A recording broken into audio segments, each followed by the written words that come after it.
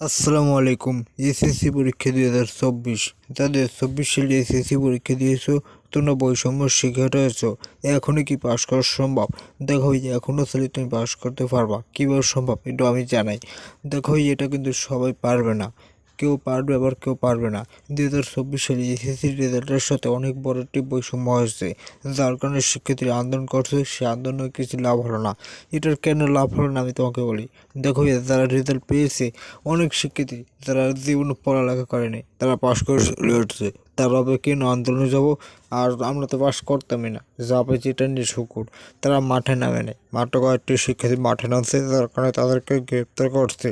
তোমরা যদি লাখ শিক্ষার্থী ঢাকা শিক্ষা বোর্ডকে ঘেরাও করতে পারতা, তাহলে শিক্ষা বোর্ড ভয় পেয়ে যেত, তখন তোমাদের রেজাল্টটা দিয়ে দিত। কিন্তু তোমাদের মধ্যেই গাবলা।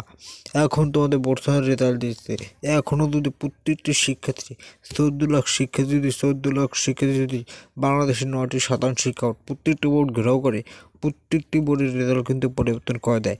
কিন্তু শিক্ষার্থীরা বলতেছে তার রেজাল্ট পেয়েছি, এটা নিঃশুকুর।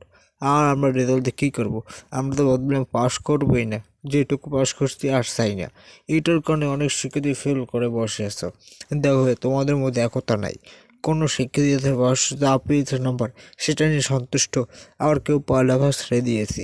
তোমাদের অনেক শিক্ষার্থী আছে তারা এই মন ভেঙে আর পরীক্ষা দিতে যাবে না, কারণ জুনিয়রদের সাথে কেউ পরীক্ষা দেয়, কেউই দিতে চায় না। এটা বেশ সব পড়ালেখা কিন্তু ছেড়ে দেয়।